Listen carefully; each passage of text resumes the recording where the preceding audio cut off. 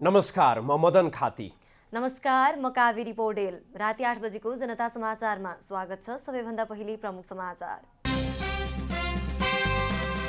सत्तारूढ गठबन्धनमा मन्त्रीमण्डललाई छिटै पूर्णता दिने सहमति। सरकारमा सहभागी नहुने एमालेको माधव नेपाल पक्षद्वारा जानकारी। स्वास्थ्य मापदण्ड पालना गराएर मात्रै परीक्षा लिन शिक्षा मन्त्रालयलाई संसदीय समितिको निर्देशन। परीक्षार्थीलाई खोप उपलब्ध गराउन ध्यानाकर्षण। नेपालमा कोरोनाको संक्रमण दर दिनहुँ बढ्दै, जोखिम बढेपछि सुनसरीमा खोप लिनेको घुइँचो। संसद भवनमा भएको आक्रमणबारे अमेरिकामा संसदीय सुनवाई सुरु।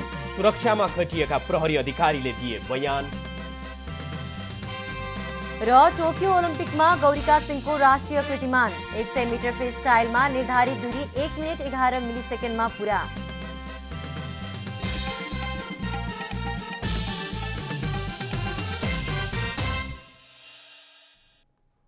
जनता समाचारमा अब पूरा समाचार।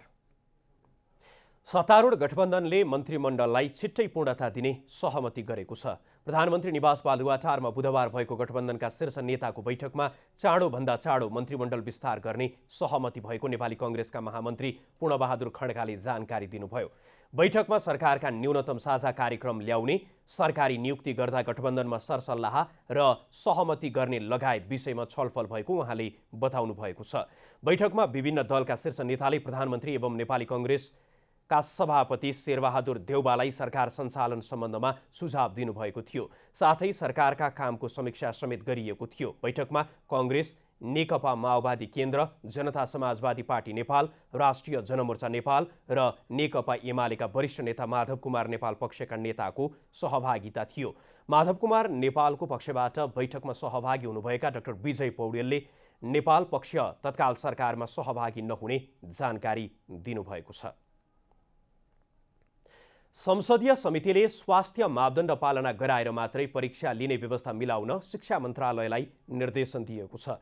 समितिले सबै परीक्षार्थीलाई कोरोना विरुद्धको खोप उपलब्ध गराउनेतर्फ आवश्यक पहल गर्न पनि सरकारलाई निर्देशन दिएको छ। प्रतिनिधि सभा अन्तर्गतको शिक्षा तथा स्वास्थ्य समितिले कोभिड-19 संक्रमणका बीचमा भइरहेका र हुन लागेका परीक्षामा दूरी कायम गराउनुका साथै स्वास्थ्य मापदण्डको पूर्ण पालना गरी परीक्षा लिने वातावरण मिलाउन शिक्षा मन्त्रालयलाई निर्देशन दिएको छ। समितिले परीक्षामा बस्नुपर्ने सम्पूर्ण परीक्षार्थीको अनिवार्य रूपमा PCR परीक्षण गर्ने व्यवस्था मिलाउन भनेको छ। संक्रमित परीक्षार्थीलाई छुट्टै कक्षामा राखेर परीक्षा दिने व्यवस्था मिलाउन पनि बैठकले निर्देशन दिएको छ। त्यसैगरी गम्भीर प्रकृतिका र अस्पताल उपचार गराइरहेका परीक्षार्थीलाई भने दोस्रो चरणमा परीक्षा दिने व्यवस्था मिलाउन भनेको छ। समितिले सबै परीक्षा केन्द्रमा डाक्टर, नर्स र सामान्य औषधिहरू उपलब्ध गराउन भनेको छ। बुधबार सिंहदरबारमा बसेको समितिको बैठकमा सभापति घरतीले सबै परीक्षार्थीलाई कोरोना विरुद्धको खोप उपलब्ध गराउनेतर्फ आवश्यक पहल र परामर्श गर्न पनि सरकारलाई निर्देशन दिनुभयो। विद्यार्थीहरूलाई परीक्षामा बस्नुभन्दा पहिला परीक्षणको व्यवस्था गर्नुपर्छ र परीक्षण व्यवस्था गरिसकेपछि कोभिड संक्रमित भएको विद्यार्थीहरूलाई मलाई लाग्छ बोर्डले एउटा डिसिजन गरेको छ, पछि परीक्षा गर्ने संक्रमित भएको विद्यार्थीले जो कोही त ज्वरो पनि आउँदैन परीक्षा दिन सक्छन्, त्यसलाई छुट्टै बसालेर त्यही पनि कुनै ठाउँ बनाएर परीक्षा दिने व्यवस्था चाहिँ गरोस्। बैठकमा शिक्षा, विज्ञान तथा प्रविधि मन्त्रालयका सचिव रामप्रसाद थपलियाले मन्त्रालयले बनाएको कोभिड-19 सम्बन्धी निर्देशिका अनुसार नै सबै परीक्षा सञ्चालन हुने विश्वास दिलाउनुभयो। उहाँले पोखरा विश्वविद्यालयले विद्यार्थीलाई प्राज्ञिक मान्यता नदिएको कारण चाँडै पत्ता लगाउने बताउनुभयो। समिति सदस्य एवं पूर्व शिक्षा मन्त्री गिरिराजमणि पोखरेलले कोभिड-19 को बेलामा पनि कक्षा 12 को परीक्षा गरेर शैक्षिक सत्र बचाएको बताउनुभयो। विद्यार्थीहरूलाई भ्याक्सिन दिने सन्दर्भमा पछिल्ला भएका रिसर्चको आधारमा भ्याक्सिन स्कुलसम्म नपुर्याइकन टिचरहरूलाई नदिइकन हामी चाहिँ समग्रतामा चाहिँ त्यो फेस टु फेस पद्धतिमा जान सक्दैनौँ। अब अहिले चाहिँ हिमाली क्षेत्रको यो संक्रमण भएको ठाउँको फरक स्थिति छ। अब अहिले कम्तीमा हामीले एक ढङ्गले परीक्षा गराएर शैक्षिक सत्र सुनिश्चित गर्न खोजेका छौँ, तर यो समग्र व्यवस्थापनको दृष्टिकोणले चाहिँ नयाँ सिराबाट फेरि छलफल गर्नुपर्छ भन्ने। राष्ट्रिय परीक्षा बोर्डका सदस्य सचिव दुर्गा अर्यालले अभिभावकको सुझाव र विद्यार्थीमा अध्ययनको क्षयीकरण रोक्नका लागि भए पनि भौतिक उपस्थितिमै परीक्षा सञ्चालन गरिने बताउनुभयो। सीसीएमसीको 9 बुँदे सुझाव सहितको स्वास्थ्य मापदण्ड अपनाएर परीक्षा सञ्चालन गर्ने निर्णय भएको उहाँले बताउनुभयो। कक्षा कोठा भएको विद्यालयमा 100 विद्यार्थी छ भने पनि एउटा कोठामा 5 जना विद्यार्थी राखेर पनि परीक्षा सञ्चालन गर्न सकिन्छ। त्यसले गर्दा यो सामाजिक दूरी कायम गर्न सकिन्छ। साथसाथै हेल्थ प्रोटोकललाई पनि पालना गर्ने। अर्यालले एससीईको नतिजा अन्तिम चरणमा पुगेको पनि जानकारी दिनुभयो। प्रधानमन्त्री शेरबहादुर देउवाले पाएको मत र सर्वोच्च अदालतको फैसलाको सम्बन्धमा राष्ट्रिय सभाका सदस्यहरूले आआफ्नै दाबी गरेका छन्। सत्तारूढ दलका राष्ट्रिय सभाका सदस्यले विपक्षी दलका सदस्यलाई आफ्नो जनमत खण्डित भएकोमा कुण्ठा पीडा र पूर्वाग्रह नपोखी सरकारलाई रचनात्मक सहयोग गर्न सुझाव दिएका छन्। विपक्षी दलका राष्ट्रिय सभा सदस्यले भने प्रधानमन्त्री देउवाले पाएको 165 मतलाई नयाँ जनमतका रूपमा समर्थन गर्न नसकिने भन्दै पार्टी निर्णय बिना सांसदहरूको मत अदालतले परमादेशलाई पुष्टि गर्ने नक्कली प्रमाण मात्रै भएको टिप्पणी गरेका छन्। राष्ट्रिय सभा सदस्य जितेन्द्र नारायण देवले वर्तमान सरकारका बारेमा अनर्गल प्रचार नगर्न विपक्षीलाई सचेत गराउनुभयो। उहाँले वर्तमान सरकार संविधानको धारा 76 को 5 अनुरूप बनेको र राष्ट्रपतिबाट नियुक्त भएर पनि संसदको विश्वासको मत पाइसकेकाले अनर्गल प्रचार नगर्न ध्यानाकर्षण गराउनुभयो। जनताको बहुदलीय जनवाद नेपाल बाहेक दुनियाँको कुन कम्युनिस्ट पार्टीले अंगीकार गरेको छ? दुनियाँमा कहीँ पनि जनताको बहुदलीय जनवादी कार्यक्रम दुनियाँका कुनै पनि देशका कम्युनिस्ट पार्टीले अंगीकार गरेको छैन। तैपनि नेपालमा त भएको छ नि। विपक्षी दल नेकपा एमालेका राष्ट्रिय सभा सदस्य देवेन्द्र दाहालले प्रधानमन्त्री शेरबहादुर देउवाले पाएको मतलाई नयाँ जनमतका रूपमा समर्थन गर्न नसकिने बताउनुभयो। प्रतिनिधि सभामा शेरबहादुर देउवाको पक्षमा आएको 165 मतलाई नै नयाँ जनमत आयो भनेर समर्थन गर्न सकिँदैन। किनभने नेपाली काङ्ग्रेसका 61 जना, माओवादी केन्द्रका 49 जना र जनमोर्चा 1 जना बाहेक अरू मतहरू कुनै पार्टीले निर्णय गरेर देउवाजीलाई भोट हालेको अवस्था होइन। नेकपा माओवादी केन्द्रका राष्ट्रिय सभा सदस्य रामनारायण बिडारीले सर्वोच्चको फैसलालाई संसदले पुनरावलोकन गर्ने अधिकार नभएकाले यहाँभित्र गर्ने छलफलको कुनै अर्थ नहुने तर्क गर्नुभयो। अदालतको फैसलाको छलफल जनताले गर्न सक्छन्, विद्रोहीले विद्रोह गर्न सक्छन्। यही संविधानमा सही छाप गरेर शपथ खाएर ज्यान गए संविधान विरुद्ध काम गर्दिन भनेर शपथ खाएर आएका हामी सांसद अदालतको फैसलाको विरुद्धमा संसारको कुनै पनि देशमा संसदमा अदालतको फैसलाको बारे छलफल हुँदैन। मन्त्री परिषदमा समानुपातिक समावेशितालाई ध्यान दिन सरकारको ध्यानाकर्षण गराउँदै राष्ट्रिय सभा सदस्य प्रकाश पन्थले संविधानको व्यवस्था अनुसार राज्यका सबै निकायमा समावेशी प्रतिनिधित्वको व्यवस्था कार्यान्वयन गर्न आग्रह गर्नुभयो। उहाँले नेतृत्वले आफू अगाडि लाइनमा आएकालाई नभएर दूरदराजमा रहेका मान्छेलाई पनि हेर्नुपर्नेमा जोड दिनुभयो। राष्ट्रिय सभाको बुधबारको बैठकमा राष्ट्रिय सभा सदस्यहरूले समसामयिक विषय र क्षेत्रगत विषयमा सरकारको ध्यानाकर्षण गराएका छन्। सदस्यहरूले निर्मला हत्याकाण्डदेखि घरेलु श्रमिकलाई कोरोना विरुद्धको खोपको व्यवस्था गर्न पनि सरकारको ध्यानाकर्षण गराएका छन्। बुधबार बसेको राष्ट्रिय सभा बैठकको शून्य समयमा राष्ट्रिय सभा सदस्य माया प्रसाद शर्माले रुकुम पश्चिमको त्रिवेणीमा 25 वर्षीय मनकला खत्रीको अज्ञात समूहले बलात्कारपछि हत्या गरेकोले दोषीलाई कारबाही गर्न माग गर्नुभयो। रुकुम पश्चिमको त्रिवेणी वार्ड नम्बर 4 बस्ने 25 वर्षीय मनकला खत्रीलाई अज्ञात समूहले भैँसीको घाँस काट्न गएको बेला बलात्कार गरेर हत्या गरेको छ। यसको उचित छानबिन गरी उचित न्यायको निमित्त सरकारसँग माग गर्दछु। बैठकमा सदस्य विमला घिमिरेले वर्तमान सरकारले राष्ट्रपति शैक्षिक सुधार कार्यक्रमले धेरै विद्यालयहरू लाभान्वित भएको भए पनि वर्तमान सरकारको सो कार्यक्रम अन्तर्गतको रकम रोक्न लागि भन्दै त्यसो नगर्न समेत सचेत गराउनुभयो। 10 अरब बजेट विनियोजन भएको छ र त्यसले करिब 7,000 विद्यालयलाई पुग्ने गरी सरकार फेरिएसँगै त्यो रकम पनि खर्च नहुने हो कि भन्ने कुरा सबैतिर शङ्काको विषय रह्यो। देशमा धेरै घरेलु श्रमिक रहेको र उनीहरूलाई कोभिड-19 को जोखिम रहेको भन्दै राष्ट्रिय सभा सदस्य डाक्टर विमला राई पौड्यालले वडा तहमा घरेलु श्रमिकको पञ्जीकरण गरी परिचय पत्र दिन र कोभिड-19 विरुद्धको खोप दिन अनुरोध गर्नुभयो। वडा स्तरमा घरेलु श्रमिकको पञ्जीकरण गर्ने, उनीहरूलाई परिचय पत्र दिने र खोप लगाउनको लागि प्राथमिकताका साथ काम गरोस् भनेर म अनुरोध गर्न चाहन्छु। यसै गरी सदस्य शारदा देवी भट्टले निर्मला हत्याकाण्डका दोषी पत्ता किन लागेनन् भनी प्रश्न गर्नुभयो। उहाँले घटना रहस्यमय भएको भन्दै दोषीलाई छानबिन गरी जन्म कैदसम्मको सजाय हुनुपर्ने माग गर्नुभयो। निर्मला हत्याकाण्ड किन बाहिर आउँदैन, यसको के रहस्य छ? हुन त नेपालका दिदीबहिनी चेलीबहिनी धेरै बिहालमा छन्, यिनीहरूको गाई जात्रै भएको छ, तर यसको त अचम्मै भयो। यति गर्दा पनि कि गरिबकै छोरी भएको हुनाले पत्ता नलागेको हो कि? राष्ट्रिय सभा सदस्य सिंहबहादुर विश्वकर्माले नागरिकता विधेयक छिटोभन्दा छिटो पारित गर्न माग गर्नुभयो। राष्ट्रियताको संरक्षण हुने गरी नागरिकताको विधेयकलाई जति सक्यो छिटो पारित गर्न सम्बन्धित निकाय र अधिकारीहरूको ध्यान आकर्षण गराउँदैछु। जनगुनासो र राष्ट्रियताको संरक्षण हुने गरी नागरिकता विधेयक पास गराउनु पर्नेमा उहाँको जोड छ। राष्ट्रपति विद्यादेवी भण्डारीले सिन्धुलीगढी युद्ध संग्रहालयको उद्घाटन गर्नुभएको छ। ऐतिहासिक सिन्धुलीगढीमा निर्माण भएको युद्ध संग्रहालयमा वीर गोर्खा फौज र अंग्रेज सेनाबीच विक्रम सम्वत 1824 भएको लडाईँलाई स्मरण गराउने सामग्रीहरू राखिएका छन्।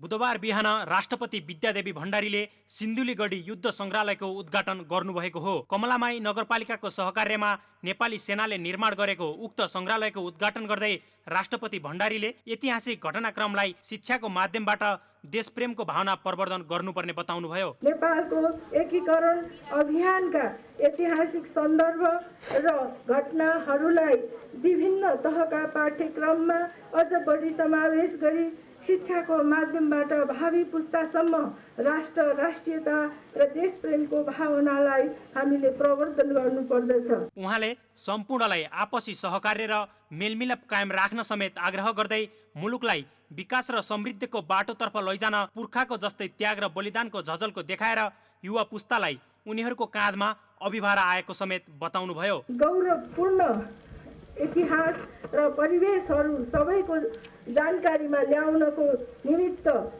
देशका विभिन्न स्थानहरूमा सङ्ग्रहालय, पुस्तकालय र चलचित्र र वृत्तचित्र निर्माण गर्नमा राज्यको ध्यान जानुपर्दछ भन्ने मलाई लागेको छ। यो ऐतिहासिक कालखण्डको दस्तावेज रहेकाले संरक्षण गर्नुपर्ने भएकाले नेपाल सरकार र स्थानीय जनसमुदायहरूको सहयोगमा ऐतिहासिक संग्रहालयको निर्माण गर्दै नेपाल एकीकरणको दस्तावेज संरक्षण र सम्वर्धन गर्ने कार्यको शुभारम्भ भएको नेपाली सेनाका सेनानी पूर्णचन्द्र थापाले बताउनुभयो। गौरवमय इतिहासको सुनौलो कालखण्डलाई जगेर्ना गर्नुपर्ने आवश्यकतालाई आत्मसात गर्दै नेपाली सेनाले नेपाल सरकार तथा स्थानीय जनसमुदायहरूसँगको साझेदारीमा ऐतिहासिक गढी, किल्ला, युद्धस्थल, पदमार्ग, दरबार तथा विभिन्न दस्तावेजहरूको संरक्षण, सम्वर्धन र प्रवर्धन सम्बन्धी विभिन्न कार्यक्रमहरूको सुरुवात गरेको छ।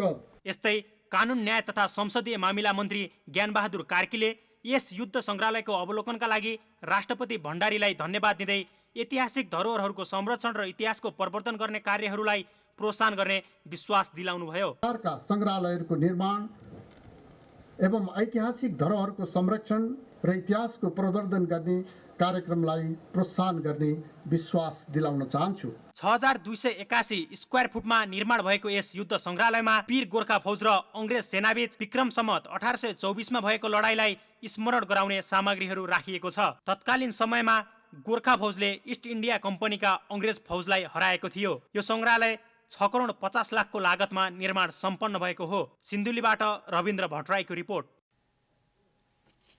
सत्तारूढ नेपाली कांग्रेसले क्रियाशील सदस्यताका बाँकी विवाद टुङ्गो लगाउने जिम्मा छानबिन समितिलाई नै दिएको छ। समितिलाई विवाद टुङ्गो लगाउन 24 घण्टा समय दिएको छ।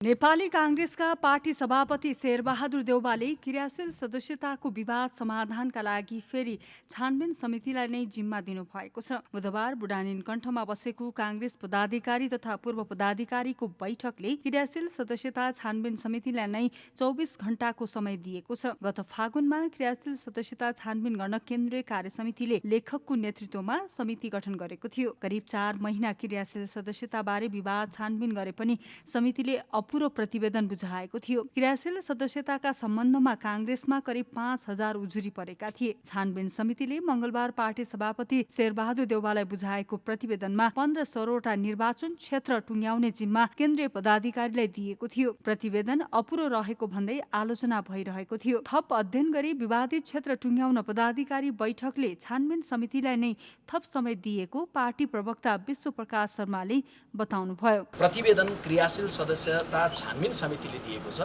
छानबिन समितिका सदस्य साथीहरूले नै उहाँहरूले नै फेरि भोलि दिउँसोसम्म जे अधुरो रहेका विषयहरू छन्, जे सम्बोधन गर्नुपर्ने समाधान गर्नुपर्ने विषयहरू छन्, उहाँहरूले नै हेर्ने गरी पार्टीको आजको बैठकले उहाँहरूलाई फेरि जिम्मेवारी दिएको छ। यस्तै पार्टीले कोरोनाको अवस्था हेरेर महाधिवेशनको कार्यतालिका संशोधन वा महाधिवेशन सार्ने विषयमा छलफल गरी निर्णय लिने भएको छ। तर अहिले नै महाधिवेशनको कार्यतालिका परिवर्तनका सन्दर्भमा कुनै निर्णय भएको छैन। भदौ 16 देखि नहुने भयो भन्ने होइन, तर सँगैमा मैले अघि के पनि बताएँ भने एकातर्फ हाम्रो तयारीसँग सम्बन्धित विषय त तयारी होला, तर कोरोनाको विषय चाहिँ अझै ग्राफ बढेर गयो भने एउटा जिम्मेवार राजनीतिक दलले त्यो बेलामा चाहिँ भन्नुपर्ने अवस्था आउँछ कि हामीले चाहिँ यसलाई पछाडि सार्ने गरौँ। क्रियाशील सदस्यता विवाद अझै नटुङ्गिएका कारण कांग्रेसको महाधिवेशन कार्यतालिका प्रभावित भइसकेको छ। साउन 12 गतेका लागि तय भएको वडा तहको अधिवेशन स्थगित भइसकेको छ भने साउन 16 मा तोकिएको 753 गाउँ तथा नगर अधिवेशन पनि नहुने निश्चित भइसकेको छ। कांग्रेसले भदौ 16 देखि 19 सम्म 14औं महाधिवेशन गर्ने भने पनि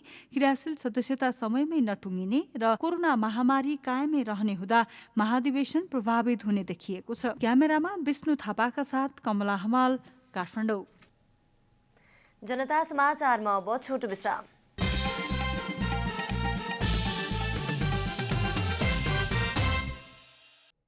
जनता समाचारमा अब थप समाचार। पछिल्लो 24 घण्टामा देशभर 3840 जनामा कोभिड-19 को संक्रमण पुष्टि भएको छ।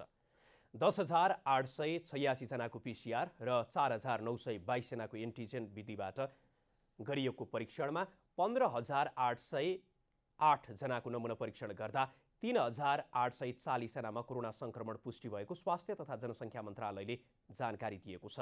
पछिल्लो तथ्याङ्क अनुसार नेपालमा कोरोना संक्रमणको दर बढिरहेको मन्त्रालयले जनाएको छ। थपिएका सहित नेपालमा कोरोना संक्रमण पुष्टि हुनेको संख्या 7,46,703 पुगेको छ। पछिल्लो 24 घण्टामा काठमाडौँ उपत्यकामा 859 जनामा कोरोना संक्रमण पुष्टि भएको छ, जसमध्ये काठमाडौँमा 559 जना, भक्तपुरमा 95 जना र ललितपुरमा 206 जनामा संक्रमण पुष्टि भएको मन्त्रालयले जनाएको छ। यस्तै पछिल्लो 24 घण्टामा 1993 जना निको भएका छन्। सोही अवधिमा थप 33 जनाको कोरोना संक्रमणबाट मृत्यु भएको छ। नेपालमा कोरोना संक्रमणबाट मृत्यु हुनेको संख्या 9,791 पुगेको स्वास्थ्य मन्त्रालयले जानकारी दिएको छ। कोभिड विरुद्धको खोपमा सर्वसाधारणको विश्वास बढ्दै गएको छ। कोरोना संक्रमणबाट मृत्यु हुनेको संख्यामा समेत वृद्धि हुन थालेपछि यसबाट बच्नकै लागि भए पनि खोप लगाउन तछाड मछाड हुने गरेको छ। धरानमा विभिन्न 7वटा खोप केन्द्रमा 55 वर्ष वा सोभन्दा माथिको उमेर समूहका नागरिकहरूले खोप लगाएका छन्। लक्षित समूहले पनि खोपको पहिलो मात्रा लगाएका छन् भने कतिले 2 डोजको मात्रा पनि पूरा गरिसकेका छन्। धरान स्वास्थ्य महाशाखाको अनुसार 2905 जनाले खोप लगाइसकेका छन्। कुनै पनि खोप नलगाएका पहिलो डोजको रूपमा यो आएको हो। यो चाहिँ 2 मात्रा लाउनु पर्छ। यो अब यसपालि लगाएपछि 4 हप्तापछि अर्को दोस्रो मात्रा सुनिश्चित छ राखेको छ र त लाउन पाइन्छ।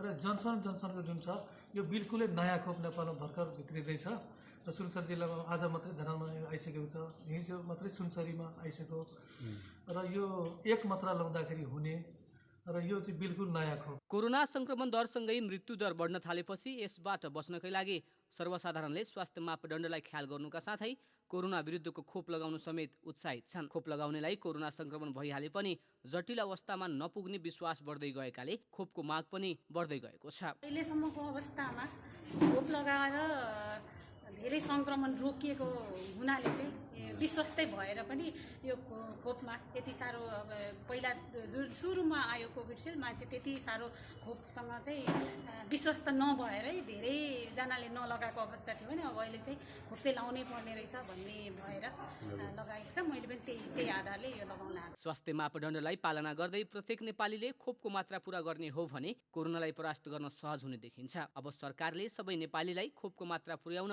आवश्यक भइसकेको छ। सुनसरीबाट दिनेश गजमेरको रिपोर्ट। काठमाडौँ महानगरपालिकाले 23वटा ठूला करदाताको विवरण सार्वजनिक गर्दै 3 दिनभित्र घर जग्गा सम्पत्ति लगायतमा लाग्ने कर दाखिला नगरी सीलबन्दी गर्ने चेतावनी दिएको छ। महानगरपालिकाले सार्वजनिक सूचनाको समेत अटेर गर्दै आएका करिब 23वटा ठूला करदाताको कार्यालय स्थलमै पुगेर माइकिङ गर्दै बुधबारबाट 3 दिनभित्र अर्थात् साउन 16 गतेभित्र सम्पत्ति कर बुझाउन ताकेता गरेको हो।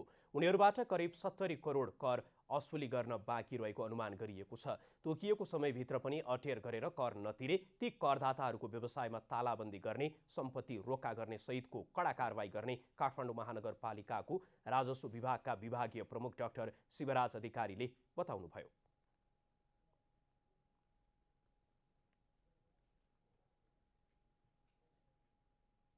नेपाल प्रहरीको समेत सहयोग लिएर त्यहाँ चाहिँ ताजा लगाउने सिलबन्दी गर्छौँ सटरहरूमा। अनि उसको चाहिँ ब्याङ्किङ एकाउन्ट कहाँ कहाँ छ त्यो चाहिँ राष्ट्र ब्याङ्क मार्फत हामी पत्राचार गरेर ब्याङ्किङ एकाउन्ट बन्द गराउँछौँ। काठमाडौँ महानगरपालिकाका राजस्व विभागको कार्यालयले गत असार 30 गते जारी गरेको सार्वजनिक सूचनामा पटक पटक ताकेता गर्दा पनि सम्पत्ति कर नबुझाएपछि ताकेता गर्नु परेको महानगरले जनाएको छ। विभागीय प्रमुख अधिकारीले कतिपय करदाताहरूलाई अदालतले समेत तत्काल कर दाखिला गर्न आदेश दिँदा पनि अटेर गरिरहेको बताउनुभयो। तिरेन भने त हामीले हाम्रो राजस्व ऐन छ, स्थानीय सरकार सञ्चालन ऐन छ, अरू हाम्रा कानुनहरू छन्, प्रचलित नियम कानुनहरू छन्, त्यो अनुसार हामीले हाम्रो अधिकार क्षेत्र के छ त्यो अनुसार हामी कारबाही गर्छौँ।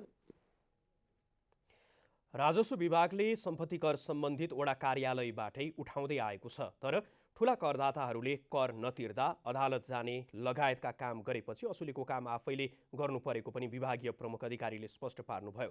तत्काल सबै सम्पत्ति कर असुली गर्न समस्या भए वर्ष दिनभित्र 3वटा किस्तामा दाखिला गर्न पनि राजस्व विभागले करदाताहरूलाई सूचित गरेको छ। त्रिभुवन विश्वविद्यालयमा शैक्षिक सत्र 2077-78 देखि सुशासन तथा भ्रष्टाचार निवारण अध्ययन कार्यक्रम अन्तर्गत स्नातकोत्तर तहमा पठन पाठन सुरु हुने भएको छ। कार्यक्रमको सुरुवातसँगै भ्रष्टाचार न्यूनीकरणमा सहयोग पुग्ने अपेक्षा लिइएको छ। 2078 भाद्र 16 गतेदेखि त्रिभुवन विश्वविद्यालय मानविकी तथा सामाजिक शास्त्र संकाय अन्तर्गत सुशासन तथा भ्रष्टाचार निवारण अध्ययन कार्यक्रम सुरु हुने भएको छ। कार्यक्रम 2 वर्ष अर्थात् 4 सेमेस्टरको हुनेछ। कार्यक्रममा जुनसुकै संकायबाट स्नातक तह उत्तीर्ण गरेको विद्यार्थी भर्ना हुन सक्ने बताइएको छ। कार्यक्रममा बोल्दै सुशासन तथा भ्रष्टाचार निवारण अध्ययन कार्यक्रमका सुरुवातकर्ता भरत जङ्गमले विश्वमै पहिलो पटक नेपालमा सुशासन तथा भ्रष्टाचार निवारण अध्ययन कार्यक्रम सुरु गरिएको जानकारी दिनुभयो। साथै उक्त कोर्सलाई अन्य कोर्स भन्दा प्रभावकारी बनाइने भन्दै दक्ष जनशक्ति उत्पादन गर्ने प्रतिबद्धता समेत व्यक्त गर्नुभयो। पहिलो युनिभर्सिटी ठहर भएको छ। विश्वको कुनै पनि युनिभर्सिटीमा यो एन्टी करप्सन मास्टर डिग्री पठन पाठन भएको छ, इन्स्टिट्युसनहरूमा छ। हाम्रो जस्तै एकाडेमी एन्टी करप्सन एकाडेमीले चाहिँ मतलब के भने गराउँछ, तर युनिभर्सिटीले चाहिँ गराएको छैन। यो पहिलो युनिभर्सिटी साबित भएको छ। त्यस्तै कार्यक्रममा बोल्दै अख्तियार दुरुपयोग अनुसन्धान आयोगका प्रवक्ता नारायण प्रसाद रिसालले कोर्स अनुसन्धानमा आधारित भई सञ्चालन गर्नुपर्ने सुझाव दिनुभयो। त्यस्तै सुशासन तथा भ्रष्टाचार निवारण अध्ययन कार्यक्रमसँग कसरी सहकार्य गर्न सकिन्छ भन्ने विषयमा थप छलफल गर्ने पनि उहाँले बताउनुभयो। अब हामीले कसरी सहकार्य गर्न सक्छौँ, किनभने गराउनको लागि चाहिँ संविधानले नै जिम्मेवारी दिएको सार्वजनिक पद धारण गरेका व्यक्तिले भ्रष्टाचार गरेको सम्बन्धमा अनुसन्धान तहकिकात गर्ने निकाय भएकोले त्यो निकायले पनि यो कार्यक्रमलाई कसरी सफल गर्न सकिन्छ र कसरी सक्षम जनशक्ति उत्पादन गर्न सकिन्छ त्यसको लागि के सहयोग गर्नुपर्छ भन्ने सम्बन्धमा पनि हामी सदा यो चाहिँ छलफल गर्ने नै छौँ। यो अब अहिले नै यहाँ हामी यसरी गर्छौँ भनेर घोषणा गर्ने भन्दा पनि हाम्रो कसरी सहकार्य गर्न सकिन्छ, डाइरेक्ट रूपमा चाहिँ हामीले कुनै चाहिँ विद्यार्थी पठाएर अथवा स्कलरसिपको कुराहरू हुन सक्छन्, अथवा चाहिँ हामीले चाहिँ गभर्मेन्टका कन्सर्न एजेन्सीहरू जस्तै अघि कुरा उठेको थियो सङ्घीय मामिला सामान्य प्रशासन मन्त्रालय, राष्ट्रिय योजना आयोग, त्यहाँ सहकार्य गरेर कसरी चाहिँ यो प्रोग्रामलाई अझै चाहिँ बृहत रूपमा चाहिँ लानलाई चाहिँ कसरी सपोर्ट गर्न सकिन्छ भन्ने विषयमा हामी लाग्ने नै छौँ। त्यसै गरी कार्यक्रममा बोल्दै सुशासन तथा भ्रष्टाचार निवारण अध्ययनका संयोजक योगेश रञ्जितले उक्त कोर्सको विषयमा जानकारी दिँदै कोर्स पढ्नका लागि एउटा विद्यार्थीलाई 1,63,000 शुल्क लाग्ने बताउनुभयो। इन द बिगिनिङ फर्स्ट सेमेस्टरको लागि इन्क्लुडिङ अल एक्सपेन्सेस 29,000 राखेको छ भन्दा अब पहिलो सेमेस्टरमा भर्ना हुनेले 65,000 बुझाउनु पर्छ र बाँकी 3वटा सेमेस्टरको लागि 36 गरेर जम्मा जम्मी 1 वर्षमा अथवा 2 वर्षको कोर्समा उसले 1,63,000 उनी बुझाउनु पर्ने हुन्छ। यो कार्यक्रममा सहभागीहरूले देशमा भ्रष्टाचार व्याप्त रहेको भन्दै सुशासन तथा भ्रष्टाचार निवारण गर्न एकजुट भएर लाग्नुपर्ने धारणा व्यक्त गर्नु भएको छ। क्यामेरामा साजन थापाका साथ अभिषेक सापकोटाको रिपोर्ट। 2/3 बहुमत पाएको पार्टीको आन्तरिक किचलोले आफैसँग भएको सत्ताको चाबी अर्कैको खल्तीमा पारिरहेको छ। पार्टीभित्रको कलहको असर लुम्बिनी प्रदेशमा समेत देखिन थालेको छ। लुम्बिनी प्रदेशका मुख्यमन्त्री शङ्कर पोखरेलमाथि कहिले अविश्वासको प्रस्ताव आउने हो भन्ने शङ्का राजनीतिक वृत्तमा छ। त्यसो त पोखरेलले आफूसँग बहुमत भएकाले तत्काल विश्वासको मत लिन आवश्यक नभएको बताइरहेका छन्। तर जनता समाजवादी पार्टीको उपेन्द्र यादव पक्षका बहुमत केन्द्रीय सदस्य भएका समितिले निर्वाचन आयोगबाट वैधानिकता पाएसँगै लुम्बिनी प्रदेशमा शङ्कर पोखरेललाई सघाएका 3 सांसदलाई प्रदेश सभा र पार्टीमा समेत नरहने गरी कारबाही गरिसकेको छ। 83 सदस्यीय लुम्बिनी प्रदेश सभामा जसपाले 3 सांसदलाई कारबाही गरे पश्चात मुख्यमन्त्री बन्नका लागि 41 सांसदको बहुमतको आवश्यकता पर्दछ। उनै जसपाका निलम्बित सांसदको आड पाएका मुख्यमन्त्री अहिले भने आफ्नै पार्टीका 38 सांसदमा खुम्चिएका छन्। नेकपा एमालेका सांसदको योगदानले मात्र अब लुम्बिनी प्रदेशले मुख्यमन्त्री पाउने छैन। उसो त एमाले भित्रै पनि तीव्र असन्तुष्ट रहेको माधव नेपाल पक्षका 2 सांसद प्रदेश सभामा छन्। उनीहरूले केन्द्रमा जस्तै मुख्यमन्त्री पोखरेलको विपक्षमा मतदान गर्ने वा तटस्थ बस्ने सम्भावना प्रबल छ। तर आफ्नै पार्टीबाट सहयोग नभए पनि अन्य पार्टीका सांसदहरू फकाउने कसरतमा मुख्यमन्त्री पोखरेल लाग्नेछन्। जसपाका 4 सांसदलाई आफूतिर तान्ने कसरतमा सफलता हात पारेको विगत उनी सामु छ, जसमध्ये जसपाका 1 सांसद आत्मलोचना सहित मुख्यमन्त्रीको साथ छोडी फर्किसकेकी छिन्। अर्कोतिर विपक्षी गठबन्धनमा रहेका काङ्ग्रेसको 19, जसपाका 3, जनमोर्चाका 1 र माओवादीका सभामुख सहित 19 सांसदको गरी मुख्यमन्त्रीका लागि चाहिने 42 सांसद पुग्ने देखिन्छ। आफ्ना पक्षमा बहुमत आउने सम्भावना बढेसँगै गठबन्धनले मुख्यमन्त्री फेरबदलको लागि तयारी तीव्र पारिसकेको छ। जस अनुसार नै मंगलबार लुम्बिनी प्रदेशले नयाँ प्रदेश प्रमुख समेत पाइसकेको छ। क्यामेरा ब्युरोका साथ विकास पौडेलको रिपोर्ट। नेपाल प्रहरीले संगठनभित्र रहेका समस्या र गलत क्रियाकलापहरू सुधार्दै जाने प्रतिबद्धता व्यक्त गरेको छ। बुधबार नेपाल प्रहरीले आयोजना गरेको पत्रकार सम्मेलनमा प्रहरी नायब महानिरीक्षक बसन्त कुमार लामाले प्रहरी संगठनभित्र देखा पर्ने गरेका समस्या र गलत क्रियाकलापहरूलाई प्राप्त पृष्ठपोषणका आधारमा सुधार गर्दै जाने बताउनु भएको हो। उहाँले प्रहरीको गलत क्रियाकलाप विरुद्धमा आलोचनात्मक सुझावहरूको अपेक्षा गरेको बताउनुभयो।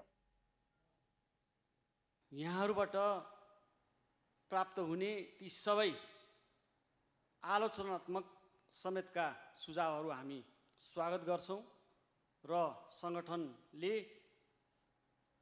त्यस्ता समस्या गुनासा वा क्रियाकलापहरू छन् भने त्यसलाई सुधार्दै लैजाने प्रतिबद्धता समेत म व्यक्त गर्न चाहन्छु। नेपाल प्रहरीका प्रवक्ता बसन्त कुँवरले प्रहरीले आर्थिक वर्ष 2076-77 मा विभिन्न दर्जाका 4,951 जनालाई पुरस्कार र 1974 जनालाई विभिन्न किसिमको कारबाही गरिएको जानकारी दिनुभयो। उहाँले गैर व्यावसायिक काम गर्ने, अपराधमा संलग्न हुने र आर्थिक अनियमितता गर्नेहरूलाई कारबाही गर्ने गरिएको बताउनुभयो। गर्ने प्रहरी नियम विपरीत आचरण काम गर्ने करिब त्यस्तै विगतमा भएका प्रकृतिका अपराध नै हुन्। अहिले पनि त्यस्ता प्रहरी कर्मचारीलाई कारबाही गरेको अवस्था छ। नेपाल प्रहरीले अपराध अभिलेखको व्यवस्थापनतर्फ राष्ट्रिय अपराध सूचना केन्द्रको सफ्टवेयर निर्माण सम्पन्न भएको जानकारी दिनुभयो। त्यस्तै उहाँले ज्यान सम्बन्धी कसुर अनुसन्धान कार्य निर्देशन 2077 जारी भई कार्यान्वयनमा रहेको पनि बताउनुभयो। अब आर्थिक समाचार।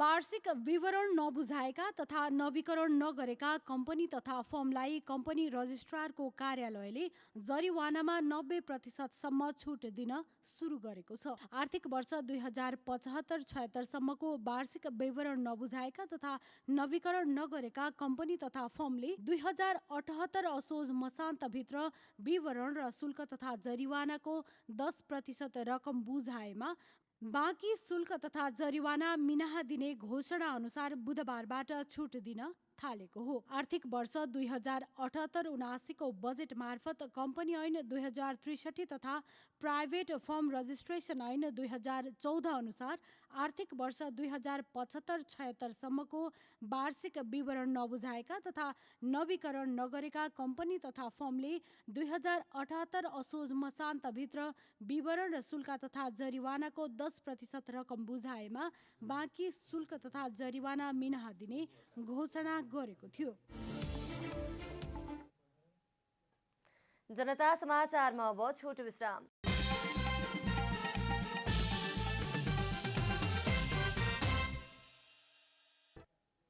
अब खेलकुद समाचार।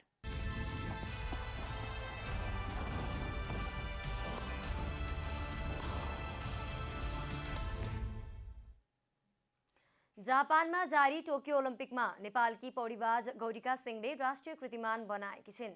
टोकियो एक्वेटिक सेन्टरमा बुधबार गौरिकाले महिलाको 100 मिटर फ्री स्टाइलमा राष्ट्रिय कीर्तिमान बनाएकी हुन्। हिट चरणमा गौरिकाले 1 मिनेट 11 मिली सेकेन्डको समय निकाल्दै राष्ट्रिय कीर्तिमान बनाएकी हुन्। हिट 1 मा रहेकी गौरिका आफ्नो हिटमा तेस्रो स्थानमा रहेकी छिन्। 50 मिटरको लङ कोर्समा गौरिकाले आफ्नै नाममा रहेको कीर्तिमान भङ्ग गरेकी हुन्। यसअघि गौरिकाको नाममा 1 मिनेट 62 मिली सेकेन्डको राष्ट्रिय कीर्तिमान रहेको थियो। गौरिकाले 2019 मा दक्षिण कोरियामा भएको 18औं फिना विश्व च्याम्पियनसिपमा राष्ट्रिय कीर्तिमान बनाएकी थिइन्। राष्ट्रिय कीर्तिमान बनाए पनि गौरिकाले सेमिफाइनलमा स्थान बनाउन सकिनन्। उनी हिट चरणबाट बाहिरिन्। यस प्रतिस्पर्धामा गरेका कुल 52 खेलाडी मध्ये गौरिका 51औं स्थानमा रहिन्। गौरिकाको ओलम्पिकमा यो दोस्रो सहभागिता हो। यसअघि 2016 मा गौरिकाले रियो ओलम्पिक खेलेकी थिइन्। गौरिकाको प्रतिस्पर्धासँगै पौडीमा नेपालको चुनौती सकिएको छ। मंगलबार एलेक्जेन्डर गाडीगार्ड शाह एलेक्सले प्रतिस्पर्धा गरेका थिए। हिट चरणमा एलेक्सले 53.41 सेकेन्डको समय निकाल्दै राष्ट्रिय कीर्तिमान बनाएका थिए। अब मौसम समाचार।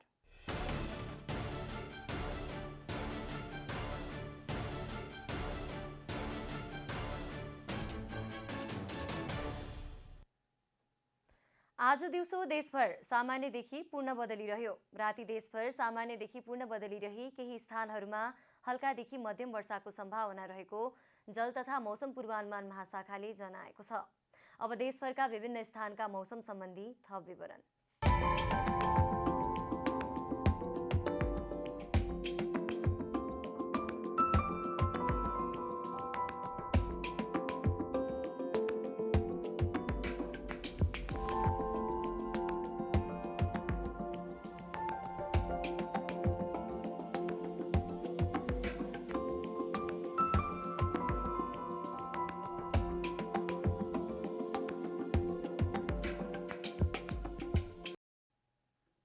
अन्त्यमा आजको डायरी।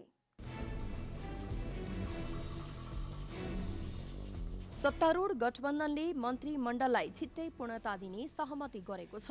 प्रधानमन्त्री निवास बालुवाटारमा आज भएको गठबन्धनका शीर्ष नेताको बैठकमा चाँडो भन्दा चाँडो मन्त्रीमण्डल विस्तार गर्ने सहमति भएको नेपाली कांग्रेसका महामन्त्री पूर्णबहादुर खड्काले जानकारी दिनुभयो।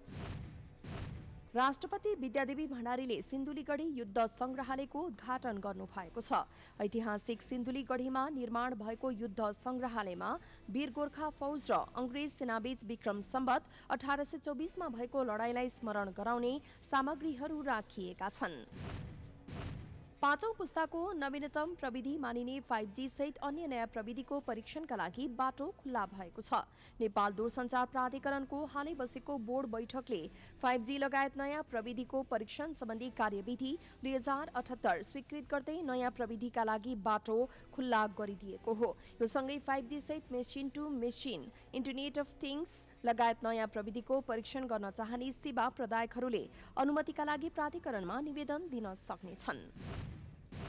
अमेरिकाको संसद भवनमा गएको जनवरी 6 मा तत्कालीन राष्ट्रपति डोनाल्ड ट्रम्पका समर्थकबाट भएको आक्रमणको अनुसन्धानका लागि बनेको संसदीय समितिले सुनवाई सुरु गरेको छ। जनवरी 6 मा भएको उक्त आक्रमणपछि तत्कालीन राष्ट्रपति ट्रम्पमाथि महाभियोग लागेको थियो। आक्रमण ट्रम्पको उक्साहटमा भएको सांसदहरूले बताउँदै आए पनि ट्रम्पले आरोप भने अस्वीकार गर्दै आएका छन्।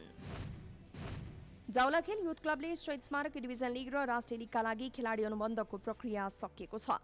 जावलाखेलले नयाँ सिजनका लागि कुल 40 खेलाडी अनुबन्ध गरिएको जनाएको छ।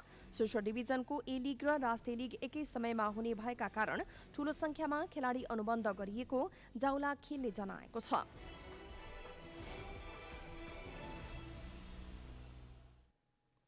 जनता समाचार अहिलेलाई यति नै। जनताद्वारा जनताका लागि प्रसारित जनता टेलिभिजनका कार्यक्रमहरू युट्युब, ट्विटर, फेसबुक र हाम्रो वेबसाइट जनतासमाचार.com मा पनि पढ्न र हेर्न सक्नुहुनेछ। सूचनामा तपाईको सहभागिता, समयमा समाचार हाम्रो प्रतिबद्धता। कोरोना भाइरसको संक्रमणबाट बच्न नियमित रूपमा हात धौँ, भिडभाडबाट टाढै रहौँ, मास्कको अनिवार्य प्रयोग गरौँ। नमस्कार।